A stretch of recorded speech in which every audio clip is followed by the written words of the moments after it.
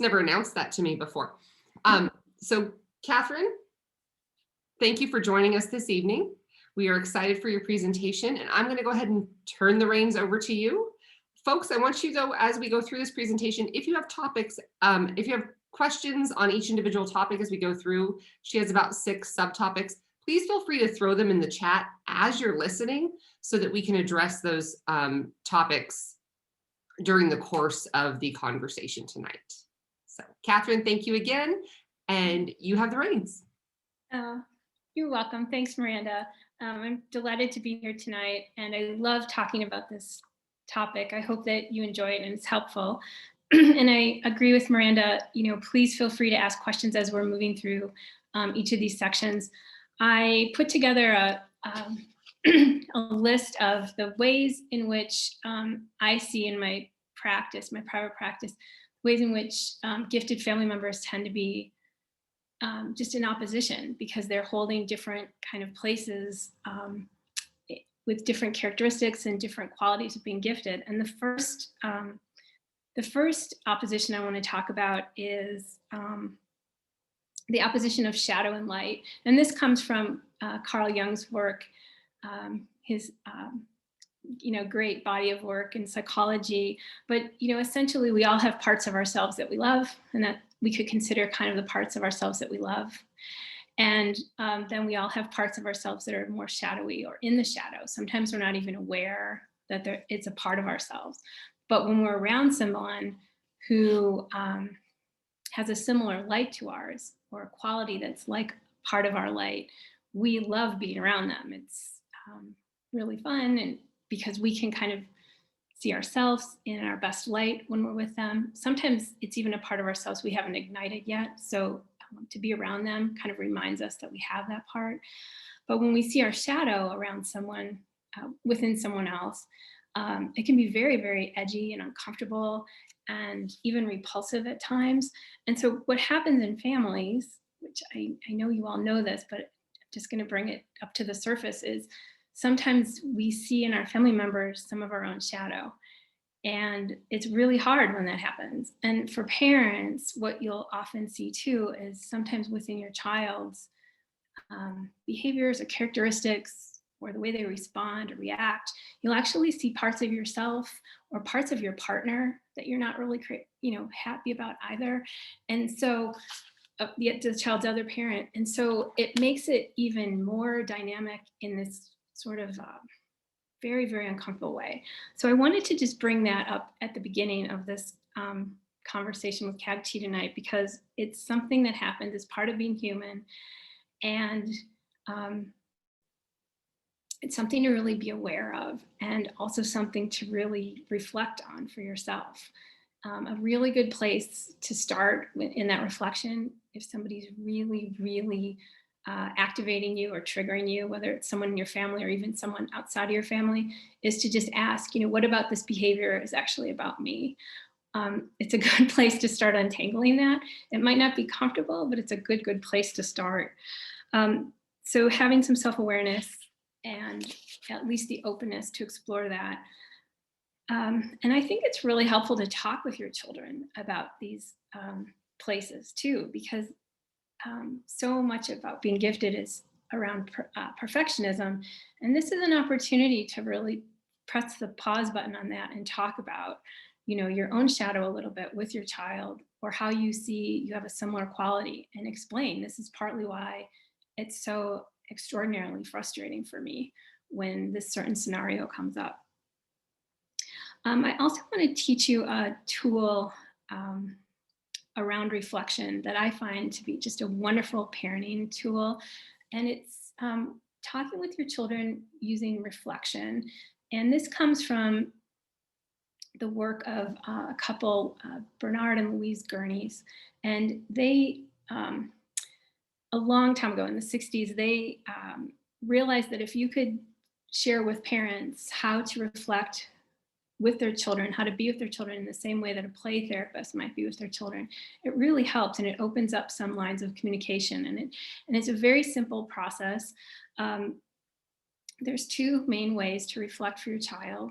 One is called content reflection, and the second is a feelings reflection. So when you're reflecting the content of what's going on, you're actually reflecting back word for word what the child is saying to you, or maybe you're paraphrasing it, but you're getting the gist of it.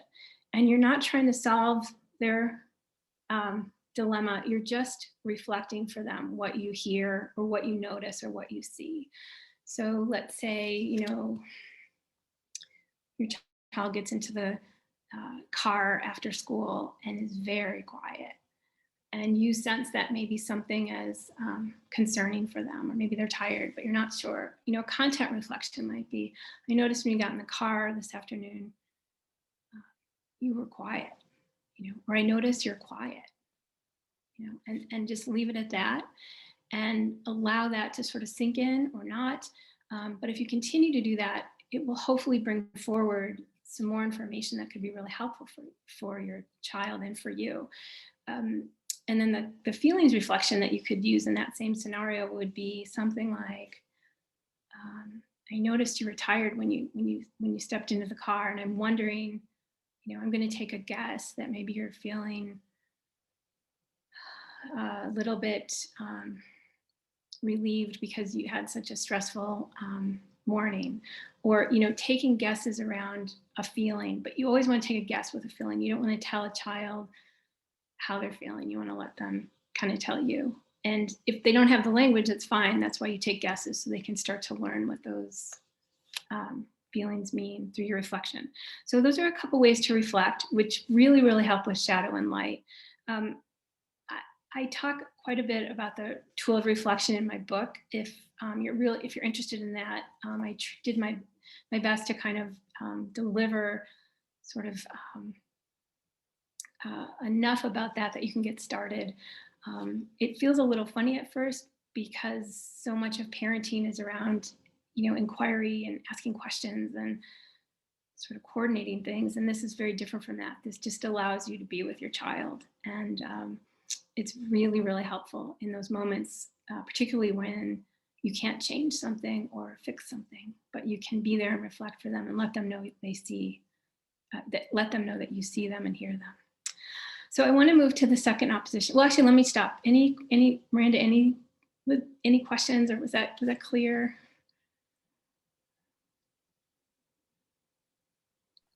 Not yet. We haven't had any questions, but I reminded the audience that feel free to ask questions as they go. And I love what you have about the I noticed, or I'm wondering if you're feeling, opening up the dialogue rather than saying, why are you mad? Or why are you sad? But just making a statement and allowing the kids to come to you instead of you forcing your emotions that you're feeling onto the child because of his or her behavior. So great tip. I'm taking notes. Thanks, Miranda. Yeah, well said. That's really, really helpful. And this with younger children, I work a lot with school age kids, and this is such an important thing to put in place, because when they get into those years where they're more, they have more independence, they're out in the world. If you're building your relationship through reflection, they know they have a place to go to sort out things that are difficult. And that's very, very helpful in the teen years, particularly, and going off to college or out into the world. They won't hesitate to touch base back home. And Connie Copenhaver, I probably butchered that last name. I'm sorry, Connie. Agreed. She says it's important to teach parents how to reflect with their child, and she says she shares that at parent conferences when dealing with our gifted social emotional learning needs. So those kind of practices are great for us gifted specialists to share with our families. That's awesome. Thanks, Connie, for sharing. Yeah, thanks, Connie. Go ahead, Miranda. We'll go ahead and move on to the next one, but if people are still reflecting on this first one and still have questions, we can come back to them later. So don't feel like you can't discuss the shadow and light in this reflection piece later, but we'll move on to the next section, and then if we get questions, we'll come back to them at the end. Great, fantastic. Connie reminded me too, it's a great tool for teachers and gifted coordinators and anyone who works with children. Okay, so the next opposition I wanted to bring to light is the opposition between introverts in a family and extroverts in a family, which is super common. It's natural. That's going to happen in a family system. And just a quick 101 on introversion and extroversion, actually also coming a bit from Carl Jung. So people who are introverted tend to be people who need to have downtime, alone time, quiet time to recharge. And extroverts tend to be people who need social engagement to recharge their batteries. And it is possible to be a social introvert. So introverts often are also social, or they have work or meaningful friendships and relationships in the world, but they still need downtime. And I find this happens frequently, and it gets missed by families, and it can create a lot of conflict. But if you can, take some time to identify, first of all, where you sit as a parent, whether an introvert or extrovert, and then take some time to kind of take some guesses around where your child might sit, and then have that conversation with your child and actually with your family members.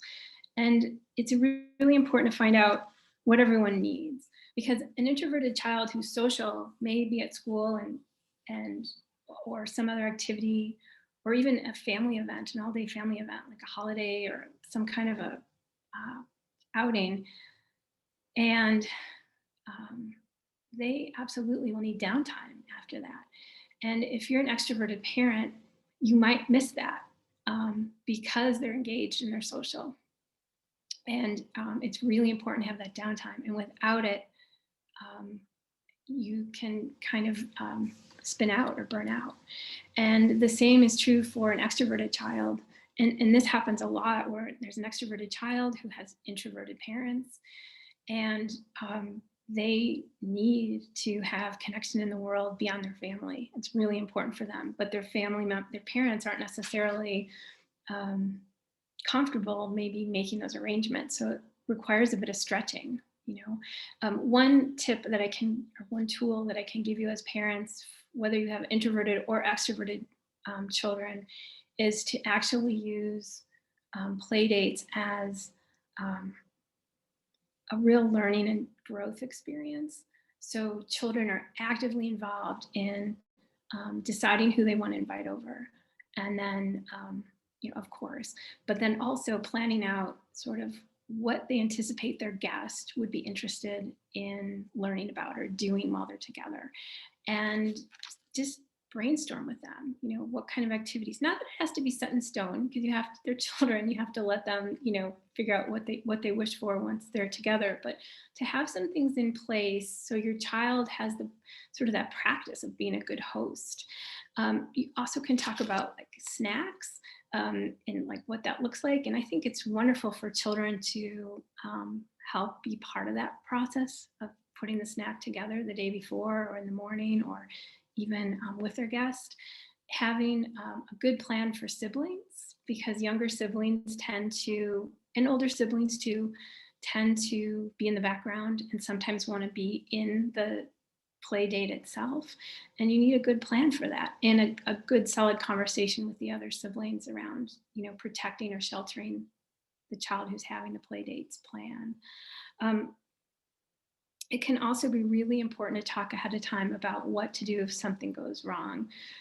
Having some kind of signal with your child, having some kind of a plan if the guest is feeling like they need to go home, or maybe the children aren't getting along, or maybe one of the siblings has gotten involved in some way that's not helpful. You need to have a plan in place so that can be addressed. And then after the play date, having follow-up. Was there a lost and found item? Was there anything that needs to be returned? Was there any kind of a thank you note that needs to be written? Any kind of follow-up call? And I find if you can have just a simple template that you have a go-to with your child for play dates, it makes things a lot nicer for your child and for the guests and for you and for the family. And it's a great way, if you're an extroverted parent, to help your child sort of learn how to be a little more in that social swirl, but it's also a great tool if you're an introverted parent, because it gives you a grounding and an anchor, so you can sort of count on, some of the things, and you have a beginning time and an end time, and what time do you want me to give you time mornings when it's time to start cleaning up and getting ready, all of that sort of talk through at the beginning. Does that make sense, Miranda? Okay. Yeah, definitely. I think that made a lot of sense. And I appreciate the pointers. Could have used those 4 years ago. Yeah, it's a lot. And I think also having conversations around what kind of downtime children need after school or after their play dates outside of school or activities, and really having that be a sincere conversation. Do they want alone time, downtime in their room? What does that look like? How much time do they anticipate they need? Let that be kind of a living laboratory. And same for children who are extroverted, who have introverted parents, for parents to say, I do need a little downtime, but I want to structure it so that I'm getting my needs met, but you're also getting your needs met, because I know you enjoy hanging out with family members. And putting that together is really helpful. And then also, and this I think is a nice thing to just a good reminder right before, or as we're all stepping into summer, when you're planning travel with children and some of your family members are introverted and some are extroverted, you have to, in my experience, it's really helpful to do some introversion, extroversion planning before you hit the road, because everyone has different needs. And if you're going camping and your child is imagining, they're bringing 3 books with them, and they're imagining they're going to, stretch out and read during the day, and the majority of the family members are wanting to go on a hike or sightseeing, you need to talk about that ahead of time. How are you going to do both? So there's downtime and there's sightseeing time, and any other sort of travel, like city travel or any other travel where there's exploration, you need to weave in some downtime for family members. Well, and I appreciate that, because my daughter comes home from school and immediately gets on Zoom calls with her friends because she didn't get enough of them the 8 hours she was at school. And my son goes into his room or down to the basement where his video games are and kind of veges out for a while. And he'll come back up after a while, but he's my introvert, she's my extrovert. So having those two definitely make travel and going places. He's always like, I just want to stay home. How long is this going to take? It's always, how long is this going to take? And we're out in Fort Morgan. So everything's an 1.5 hour drive with the family. An 1.5 hour drive back, and then where are we going? What are we doing? Needs the plan, needs to know. She's like, along for the ride. We're gonna have fun no matter what. And it's 2 totally different kids. Yeah, it's so great that you see that, in that you're, they're letting you know what they need and they're taking care of themselves, and you're tracking it and making it possible for them. But yeah, it's exactly what happens, and it's important to know ahead of time kind of how to put it together. Oh my gosh. I'm going to go on mute because we're having a terrible hailstorm. So I'm going to let you go ahead and talk, and everything should be fine. Okay. All right. Sounds good. Thanks, Miranda.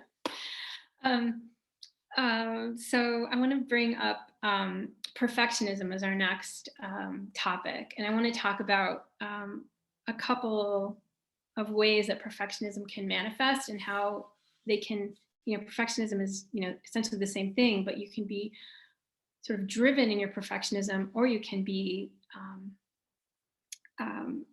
sort of avoidant in your perfectionism. There's those kind of the 2 extremes of perfectionism, and I think perfectionism is wonderful. I mean, it brings us to excellence, but it can also stop us cold and be a paralyzing force. And I see this in families a lot. And what will happen is, more often is there'll be a parent who's got perfectionism in a way where they have parental expectations for their child, and the child is not sort of meeting the parent at those same places. They're not interested in some of the targets that the parent has put in place. This happens especially around school, when children find school to be a bit meaningless, and yet that hasn't been directly addressed. Rather, parents are asking their children to just kind of make their way through school. And I think it's really, really valuable to open up that conversation to find out why a child's finding a school experience be meaningless, because there can be all sorts of great intelligence in there that can guide you to some steps that could make things much better for your child's experience, and as a result, your family harmony. And sometimes it's just simple, like they have another idea for projects, or they have other um, I've seen this happen where there's like group work, and they're put in charge of a group project that's not meaningful to them. And parents will say, well, kids have to learn how to do things they don't like. And I agree. And at the same time, I think they're wonderful opportunities for advocacy. And so I think it's just a good opportunity to step back from the perfectionism of wanting things to be perfect school-wise, and step into why there's avoidance and that kind of perfectionism. It's kind of the two sides of the same coin, and start that dialogue. I've also seen too where children will have like a wonderful experience with a classroom teacher, and then the next year it's not quite the same match. And so that's a little harder to untangle, because it's going to be the whole school year potentially, but at least starting that conversation so they can begin to start talking with their teacher, or you can begin to help them start those conversations around what does work for them. Also with perfectionism, when it's avoidant, when children are avoidant, you want to also do some research around twice exceptionality, because it's quite possible there's some kind of twice or multi-exceptionality that's been undiagnosed or has not been evaluated yet or caught yet, which is so common for gifted younger children, because their giftedness can override or outpace the other exceptionalities when they're younger. So when you have a child who wasn't avoidant and then they become more avoidant, know that that's part of perfectionism, and it could be possible that there's a twice exceptionality underneath the surface that you want to get to the bottom of. And usually you want to look at things like vision, go to a developmental optometrist for a developmental optometry evaluation, which is different than a regular optometry appointment. And it's different than an ophthalmology appointment too. And we have a couple of really fantastic developmental optometrists here in Colorado where I live. Also, looking at central auditory processing disorder is often a really, really great place to look. Also in Colorado, we have Able Kids Foundation, which is fantastic. But all that is super powered hearing. So those kids and adults have trouble just being in school because it's so noisy. They can't filter out the background noise. So they miss some things. So let's see what else. A couple of other tools for you as parents. One is to create a family culture of mistake making. And it's a very simple thing to do. It just requires that parents start to say out loud mistakes they've made.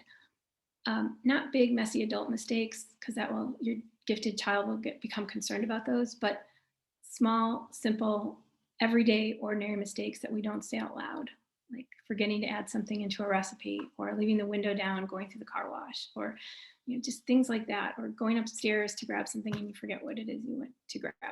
Your sunglasses are on top of your head. Like, say those things out loud and let your child see how gracious you can be with yourself around those small matters, and that will help them as well. The other thing that I think is a really helpful thing to do is I see a lot of conflict between parents and children when parents have a vision of how a project should unfold, like a school project, and children have another vision for how that project's going to unfold, and they have two different timelines running. And a lot of you parents, I know you have kids who tell you at the very 11th hour, that they need some kind of supply or some kind of something for, and that's difficult, right? And so that's the conversation to have around, planning, and it's also usually tied to some avoidance on your child's part because they're not interested in the project or it's not meaningful for them. So starting those conversations around what everyone needs, and even making that a weekly conversation, just checking in, what kinds of stuff do you guys have going on? that you may need my input on or resources on. I like to ask parents to consider it kind of like a research proposal meeting, and allow your children to also bring to you other things they're interested in that may not be on their school assignment list, but other things they want to look into and learn about. And for those children and teenagers who really procrastinate, their perfectionism is so keen that they procrastinate. There's a couple of tips I'm going to give you. And one, it's going to sound so radical, but if your school has infinite campus or something like that, I would stop checking it. Let your child know, I need to check it once a week. What day do you want me to check it? So they know, and Wednesday's the day or Friday's the day. But if you're checking infinite campus every single day and looking at all the missing assignments and then turning around and asking your child to complete them, it's going to be difficult for your relationship. So trusting your child, talking through, when can I check this? I want to check it once a week. We can do it together. And making that sort of a connection point versus a place of argument. And then another tool is something I think is really important to help kids with. So children who procrastinate typically have parents who procrastinate or used to procrastinate. And so, yeah, Miranda's raising her hand. So this goes back to that shadow and light. As adults, most of us have figured out how not to procrastinate with the things that are not meaningful. Because we have to make some things happen in our work lives. And you need to help your child learn how to procrastinate. If they're truly a procrastinator, show them how to do it right. And if you're not sure how to do that right, here's what I help families with at my office. I call it homework amnesty. And it's when children come to their parents and they say, okay, I'm so far behind, I need your help. And you put aside a whole day. It's generally like a Saturday or a Sunday. And you start at the beginning, what time do you want to wake up? What do you want for breakfast? What time do you want to get started? Where are you going to work in the house? Do you want us to check in with you? Do you want us to leave you alone? If you want us to check in, what times are we checking in with you? Do you want music playing in the background? Do you want it to be quiet? Do you want to wear headphones? You dial in every detail. What time are you taking breaks? How long are those breaks? What kind of snacks do you want? What do you want for lunch? What time is lunch? What time will you be done with lunch? And what time do you want to be done at the end of the day? 4 o'clock? Great. And what do you need me to do as your parent? Do you want me to be on call? Do you want me to stay out of the room? Do you want me to come in and announce, 10 minutes before your break or your lunch? You dial in all those details, you write them down ahead of time. And then you definitely come up with something to do at the end of the day to sort of celebrate and mark the end of all that work. So usually it's some kind of dinner together and maybe watching a movie or doing something special together. If you have a child who procrastinates, it's a very helpful thing to do, I find, to teach them how to do that well. Because my experience is gifted children who procrastinate, when they have things that are really meaningful to them, you won't see that procrastination. It's a whole different ballgame. Does that make sense? Absolutely. And I decided to stop checking Infinite Campus on a regular basis, probably halfway through this school year, given the hybrid situation. Yeah. It was just causing so many arguments in our house. And I just said, you know what? I'm going to check it every, I think it was Friday night, because I gave him all week to get stuff turned in. I said, on Friday night, I'm going to check it. Or it was Saturday night or Sunday night. I couldn't figure out which one, depending on what his teachers graded things. But it was always just like, then there were consequences based on that. Like, you don't get video games if you can't get your schoolwork done. Mm-hmm. And, but if he did, he earned that. Huge motivator for him. But I love that point, because it was totally a point of contention in our house. And it was getting to the point where I had a hard time having a positive relationship with him. And so we stepped back and it was much better. Yeah.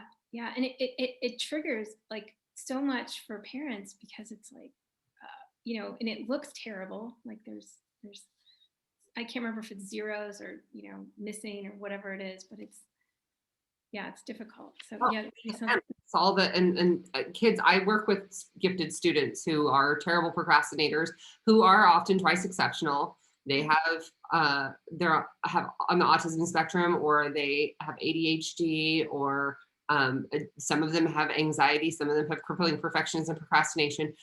And when we pull up their Infinite Campus, you can see they're like, please don't do that.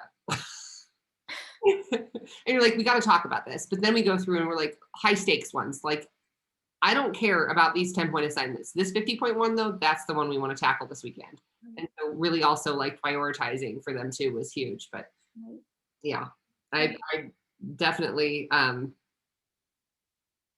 Susan Blumberg says she's an executive functioning coach, but it ruined her relationship with her son. So in 9th grade, she hired a different executive functioning coach for him and stopped checking everything. It helped them enormously. So I'm like, I get that. Like sometimes it's you can't be a prophet in your own land, right? So you can't, your kids are like, whatever, mom. I'll have parents call me and be like, will you please tell my child this? Because I know I'm right. And because we've talked about this, but it's coming from my mouth. So it's not working. Right.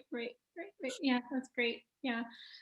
So it's, if you're a procrastinator, you just have to learn how to work with that. And I have to say, I think most gifted people have had this experience. Sometimes that time that you need to procrastinate ends up bringing something really beautiful to the project that was birthed from that struggle. So having just having a sense of how to do it well is important. Okay, let's see. Intensity. I want to talk about intensity next. And I want to talk about how gifted intensity shows up in the internal and external feelings expression, and how this is an opposition. So some people tend to be external with their intensity, and some gifted people tend to be more internal with their intensity, and some gifted people have both. You'll see, right, kids after school, they'll come home and they'll have held it together all day, and then they'll just sort of explode once they get home, and that would be an example of a child who can kind of have both, like the internal intensity sort of building throughout the day, and then they come home and it has to be discharged in some way.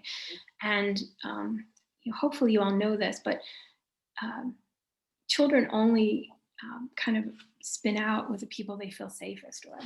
So it's actually the highest compliment your child can pay you if they sort of let it rip like that with you. I mean, I guess that wouldn't be true if a parent was really cruel or narcissistic or something like that. But if you're parenting and creating a safe nest for your child, they're going to let it blow with you, and that's a compliment, and it's a helpful thing to remember. And you want your child to have some kind of feelings expression if they're having that kind of internal pressure, because otherwise it sort of implodes. And that is much trickier to work with, especially over time. So coming back to a couple of tools that you want to look at with intensity, I find anecdotally some of the kids I work with who are twice exceptional, when they have high peaks and lower valleys, the difference between the highest peak and the lower peak, I often find their intensity is more acute. So with intensity, I think it's really wise to start researching and looking at what twice exceptionalities might be there that are have not yet been evaluated or checked or noticed or caught. Also, that tool I gave you at the very beginning, feelings reflection, is a really, really wonderful tool to start your child's feeling vocabulary. The younger you start, the more kind of interesting it is to watch them develop, but you can start at any age. We've all had this experience, you ask somebody how they are these days and they say, fine, how are you? Fine. And then we often will say a third time, how are you? Because it's so rote, like we don't even realize that we've just checked in. We're not using our real feelings. So finding a good feelings list, a feelings vocabulary list that you can keep on the fridge is a great tool, and just, maybe have a feeling of the week or something, a vocabulary word of the day, if your child is open to that. Also, just when you're taking feelings guesses or feelings reflections, you can weave in some extra feelings words that maybe aren't typically used on a regular basis. So your child just has some practice in just hearing it and getting that reflection from you. And the other thing that's really important is that you're also checking in as parents with your own feelings expressions. So I find a lot of gifted people, and we're going to talk about this in a minute, about gifted sensitivity and the way gifted people are kind of empathic and intuitive. But I find a lot of gifted people have, like we all know, have acute sensitivities and perceptivities. We don't miss much. We can kind of read a room sometimes. We can kind of feel how someone's feeling. We can even sort of kind of imagine what somebody might be thinking or their motivations. And that's a lot, especially as a child, if we're getting a lot of input and we don't know exactly like whose feeling it is, we can sometimes take it on as our own, and that's part of our intensity. But with gifted children and their gifted parents, I find that a lot of gifted parents, in order to cope with that level of sensitivity and perceptivity that they had themselves as children, they actually gravitate towards careers and work that are very grounded. And it's a wise coping strategy. Let's look at careers in research, science, in data, because it really anchors us. It tethers us to the earth in some ways. But you have to also be, at least to yourself, acknowledging what feelings you're feeling. Otherwise, your child may be picking up on those feelings and running them through their nervous system as their own. And that somehow makes the intensity even keener, and it's really difficult to untangle. So if you have a really intense gifted child, I recommend, and you don't share your feelings much outwardly, I would just check in with yourself privately, at least, or with your partner. I'm feeling sad right now, or I'm feeling disappointed, or I'm feeling surprised, or I'm feeling embarrassed. Whatever it is, just check in with yourself about it, and see if you notice any difference for your children. The other thing I want to give you a couple of other tools that I think can be really, really helpful. Just do a quick time check. The feeling of anger is typically not a primary feeling. There's usually something underneath our anger. It's what's called a secondary emotion. So just start with yourself. And once you get a pretty good handle on it, you can start to show your child in happy times. Don't talk about this right after a big intense incident. You want to do this just over lemonade or something you're working on, to share it with your child. But typically, whatever brings us into anger with our family members, or each individual family member, and our friends and our coworkers, it's all different. There's different constellations of feelings below the surface of each of those anger expressions. And your children have just as much complexity as you do in this. So becoming very skillful at figuring out what's underneath your anger. At work, is it feeling, not seen or not heard? In your family, are you feeling disrespected? With a friend, do you feel excluded?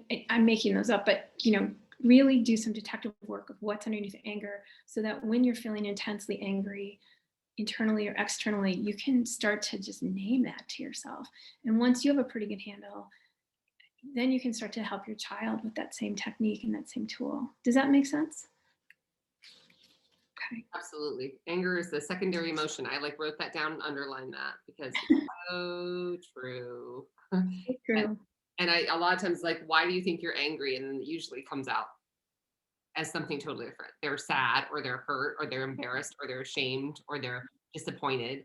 And the only way to put it out is anger. And I think boys, it's probably one of the dealing with gifted boys and just boys in general, and just dealing with my husband, anger is the go-to.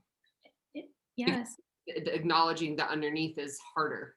And I think that's a social stigma issue in the US, but. Yes, I mean, Miranda, you're exactly right. And culturally, boys, they in our culture, they have to channel everything through anger, and if you want to read more about that, William Pollock's book called Real Boys is a wonderful, well, it's hard to read, but it's a wonderful resource just for that reason. And girls' psychological development has its own tangle. You know, at a certain point, at a certain age, we'd rather be perceived as perfect girls or nice girls, and so we're not as direct with our feelings anymore. Until, you know, at some point in adulthood, we pop back out and reclaim that. But Carol Gilligan's book, Meeting at the Crossroads, is kind of a good read for that side of the equation. And I have a couple questions that just popped up. Sure. We'll just address them really quickly. Hector, who is our guest next week, is on right now asking a question. And how do we work with a youngster, say 15 years old, who says all the time he's not interested in anything and has no goals? So some lack of motivation, maybe that's happening here. And could be a result of one or more of these things you've talked about already in this talk. So, and then there's another question, but I'll let you get to Hector's first. How do you talk to a child who doesn't seem interested in anything or have any clear goals? Yeah, great. Okay, so I worked as a consultant at an alternative high school for a number of years, and these were kids who they're really bright kids, but they'd been marginalized in different ways through the educational system and in other areas of life. Not everyone, but many of them. And I think it's really important to sit with those children and listen to them sincerely, and to start with a reflection. You know, I'm noticing this. I'm noticing it appears that you're not, just what you said, Hector. You know, I know I'm noticing that it appears that you're not engaged or interested in some things, and that's okay. It's part of growing up. It's part of being human. It's part of being gifted to, you know, sort out what your path looks like. I can't tell you what those things are, but I can certainly be a resource or guide for you. And if you're willing to start to tell me the kinds of things that are of interest to you, I'm willing to do what I can to try to support that. And I'm here. And then tracking what you notice they might be interested in, even if it's something like cooking, you know, or something that's a very, very small interest area. And just have those kind of experiential, you know, cook together, for example. But it is possible to, oh, my cat just joined us. It's really possible to ignite young people, but you have to, you know, you have to do the extending. I think opening that conversation, just saying, I'm here. When you're ready, let's talk. The other question is a little bit more complex. I do want to address it briefly because we could do a whole thing about this. And every state has their own definition. I am pasting in the comments NAGC's definition and rationale for gifted education. It's a little one-sheeter. But Deborah from Australia says, this may be a silly question, but could you define what gifted is? And I think maybe I'll just pose it to you, because as a counselor who deals in a lot of social emotional, how does gifted present to you in your field? Because as a practitioner in schools, gifted presents, we work in what we work in, right? So I work in academia and you work in social emotional. I work in academia most of the time. So my definition looks different. Right. I'll go ahead to share Colorado's definition here in the link as well, Deborah, but I'll let Catherine answer what her definition in her work with gifted students might be. Sure. So I'm gonna read my two favorite definitions of giftedness that and there are so many, and Deborah, it's a great question. I mean, and there are different viewpoints on what it means to be gifted. I write about this in my book, you know, because it is like parents who are new to their understanding giftedness, it can be confusing and overwhelming, and partly that's in part because the field's a little bit has different perspectives, and so you kind of have to figure out for yourself what that means. But you know, it's high cognitive capacity for sure. And technically, that's what giftedness means. And twice exceptionality or multi-exceptionality means that there's a you know, something else in addition to the high cognitive capacity that is generally related to processing or some kind of learning challenge or concern. But it doesn't mean that there's anything wrong. Being twice exceptional is actually fantastic because the neurodiversity that comes with it allows for a lot of really interesting creativity and innovation. So being 2E is wonderful. But I love Anna Marie Roper's definition of giftedness and the Columbus Group's definition of giftedness. Those are my go-tos. So I'll read each to you. So Anna Marie Roper, who founded the first gifted school in the United States, although there were other people who taught giftedness, like Lita Hollingworth, for example. So she said, it's a greater awareness, a greater sensitivity, and a greater ability to understand and transform perceptions into intellectual and emotional experiences. A greater awareness, a greater sensitivity, and a greater ability to understand and transform perceptions into intellectual and emotional experiences. And then the Columbus Group, which is a group of colleagues who are still very active in the field, and that, by the way, Anne Marie Roper's definition was from 1982, was published in the Roper Review in 1982, which is a gifted journal. The Columbus Group definition is from the early 90s, and this group got together and put this definition together and introduced a term called asynchrony to the field in a very big way.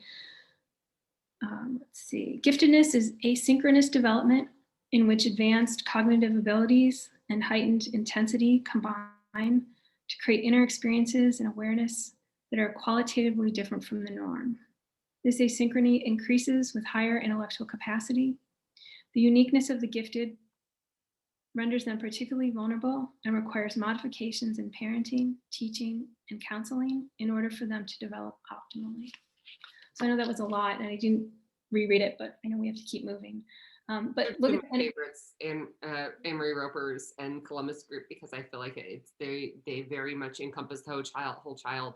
I posted in the chat a couple, Colorado Association, which aligns with the Colorado definition, the NAGC definition, which is a little bit more broad because they have to encompass the definitions of all the states kind of.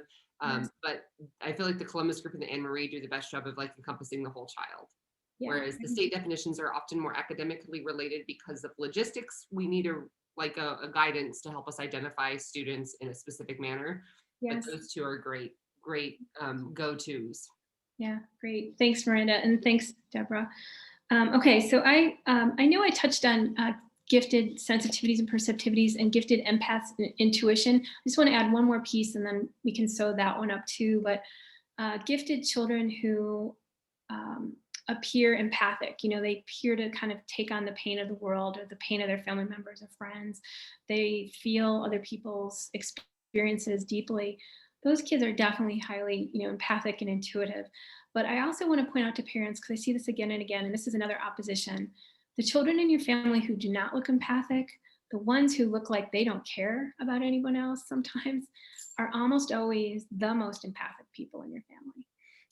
They just have to learn how to turn it off or shut it out or shut it down in order just to sort of be regulated. So this is sort of that same dilemma that sort of the gifted scientist has, right? They're tethering themselves to the data because it's too much to open up to kind of the emotional dilemmas of the world. They're not necessarily the same profiles of gifted empaths, but I just want you to know that. So I see a lot of parents will be like, yeah, this is my empathic one, this one, not so much. And it's almost always the case that the one who they say is not intuitive or empathic or even caring sometimes is very, very, very empathic. So it's just something to pay attention to and start a conversation around. And then I just have I just want to mention sensory processing. Because this happens so often in gifted families where there are different sensory needs. You'll have some family members who are sort of sensory seeking and some who are sort of sensory avoidant. So you'll have children who want to be held or snuggled all the time, and their parents really need space. And so that can feel really awkward between the parent and child interaction, right? Or you have the reverse, where a parent really likes to hug and the child needs space. So this is just a matter of a conversation and setting up some agreements together. And also a really good thing to do too is schedule a pediatric occupational evaluation for your child. There's some wonderful pediatric OTs in the United States who understand giftedness, or some who don't, but they're still excellent OTs. And a evaluation is pretty quick work, a pediatric OT evaluation.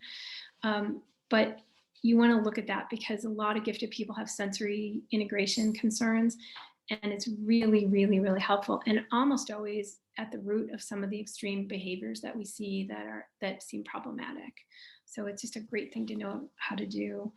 And I just feel like there was one more thing I wanted to just check. Oh yeah, just finally, one more gifted opposition is oftentimes parents will miss, they'll see one child's giftedness, but they won't see some of the children, some of the other siblings who are gifted, because they have different expressions of their giftedness. And this happens in schools too, because schools are looking for certain types of things that are related to school, and they're not maybe seeing some of the other types of giftedness, like emotional giftedness or creative giftedness or relational or social giftedness. Although schools often look for things like creativity and leadership. It's just important to know as a parent, there's more than just high academic functioning to giftedness. You can have a highly intellectually gifted child who academically doesn't do very well. So make sure, if you've got one gifted child, it's likely that your other children are gifted, but they may look different than the child who was first identified as gifted by the school or appears that way because their grades are so high. So that's my last opposition guidance, Miranda. And everyone, thank you so much. I appreciate that. And I think that's definitely, I think there's a lot of families out there whose gifted kids look very different, and they struggle with, well, my oldest was this, and now my youngest is more into this. And I don't even know, they got so used to dealing with that type of giftedness that they didn't know how to deal with the child who might look like the complete opposite. Yeah. And it's amazing how that, two DNA samples could create two very separate looking individuals. Yes. I did also appreciate, and this is something I hadn't thought of, and just when you were talking about the empathic children and the ones that seem to be most disengaged. And my poor son, if he ever goes back to these and he's like, Mom, why did you always talk about me? He's my introvert.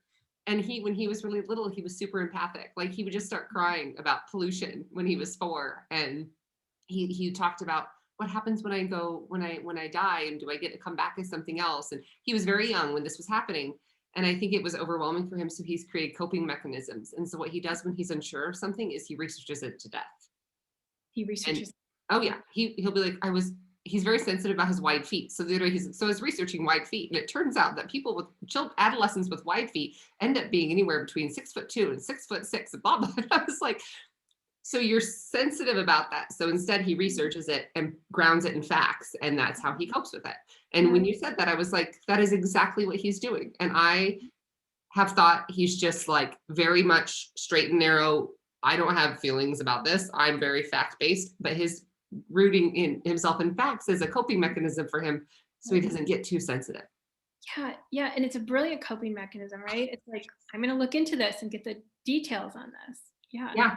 I feel like I'm going, every time I do a CWC, and I hope our viewers feel this way, every time I do a CWC, I get something out of it that I'm like, I kind of just went to therapy for my family or myself or my kids. I feel like I get so much out of it, and it's just always these great aha moments. So I feel like, I hope our viewers are getting that same piece of that same feeling as I do, because I take pages of notes every time we do these, and I just appreciate everything you have to share.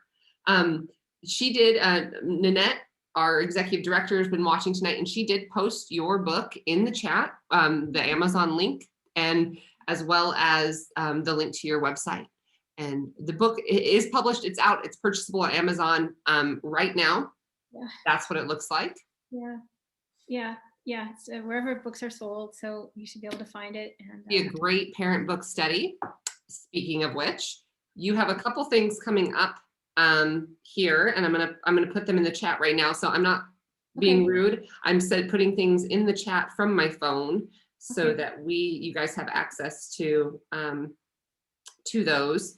I might have to do it after the fact because it's not letting me post a picture in the chat at the moment.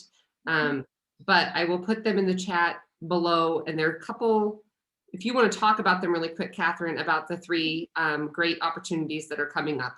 I've got 3 summer projects happening, and I think they're wonderful opportunities. One is I'm working on an early childhood project with directors, a directors leadership learning circle lab. And it's something I've done for many years, and I'm doing it with a colleague right now under a grant, and it's very low cost. So it's a great, it's actually a great opportunity if you know any early childhood leaders, directors, administrators to join. It's going to be a virtual program, and the cost is really, really low. I'm also offering a parent book study using my new book this summer. We're going to meet several times. I believe it's on Thursday mornings in end of June and July. And it's going to be a small, intimate group to allow for, a deepening. And then the third project I'm so excited about, I'm offering a counseling with Annette Sheely, who's a fantastic counselor of gifted children. She and I are offering in the fall, we're going to offer a program for people who want to learn how to counsel gifted children. And we're so excited about it, and it's taking form beautifully, but we're really committed to school counselors who maybe don't have as much resource. So we're offering a low cost program this summer. I believe it's Thursday, July 22nd. It's a virtual program. And we're hoping that will be accessible for school counselors because often school counselors don't have that background. So if you in your school district, if you have a counselor you want to sponsor or bring to us, please do, because we'd love to invite them in. And it's going to be very counselor specific, what to actually do in the counseling room, both individually and in group setting with gifted kids. I am so excited for all those, and I cannot get them to post in the chat while we're live, but I should be able to get them in after the fact. We could also download the flyers and share them, link them to our underneath your video on our CAGT website. If you go to the coloradogifted.org and go to resources, conversations with CAGTs right there, we'll link this presentation that we've recorded, and below that we will also link these flyers. And again, the links for your website and your book are in the chat. So fantastic. Yeah, and people can find me through my website, and I can certainly send flyers out to individuals too. Okay, and I'm just double checking. One last question. I see your cat's like, it's time for me to go outside. Catherine, no, Deborah said, do you ever work with gifted children who've had abusive parenting or childhood trauma? And I think, and Deborah, if you could always reach out to Catherine on her website, but also maybe you could just answer here briefly if that's something that you've worked with children with childhood trauma. Yeah, please reach out. I'm happy to talk that through with somebody who's interested in learning more about that. And I have a lot of really good resources too. Trauma work is the strides in trauma work nowadays are phenomenal. And I just have some really good resources for gifted individuals, particularly adults who want to do that work, as an adult. So I'm happy to be a resource in that way. Awesome. Thank you. So Deborah, please reach out to her on her website and directly contact her. Even if she doesn't serve the child directly, she's got so many resources. I've learned so much from her just in our couple meetings on Zoom, and I've taken so many notes and have so many books I need to read now. But we appreciate everyone for joining us tonight. It is 6:03. which means it's dinner time for a lot of people, at least here in this time zone. I know we have people joining us from as far as Australia tonight, so it might be breakfast for you. I don't know. But we're going to go ahead and let you go. Remember to tune in next week for our final CWC of this school year with Hector Rivera from Puerto Rico. Hector, thank you for joining us tonight if you're still on. We love having you, and we're going to be love having you as a host or as a co-host next week. Catherine, thank you so much for your time. And for those people who hung in there this evening, thank you so much for joining us and having this conversation. Again, check out our website for all the great resources and more information from Catherine. We're going to let you go and have a great night. Thanks, everyone. Thanks, Miranda.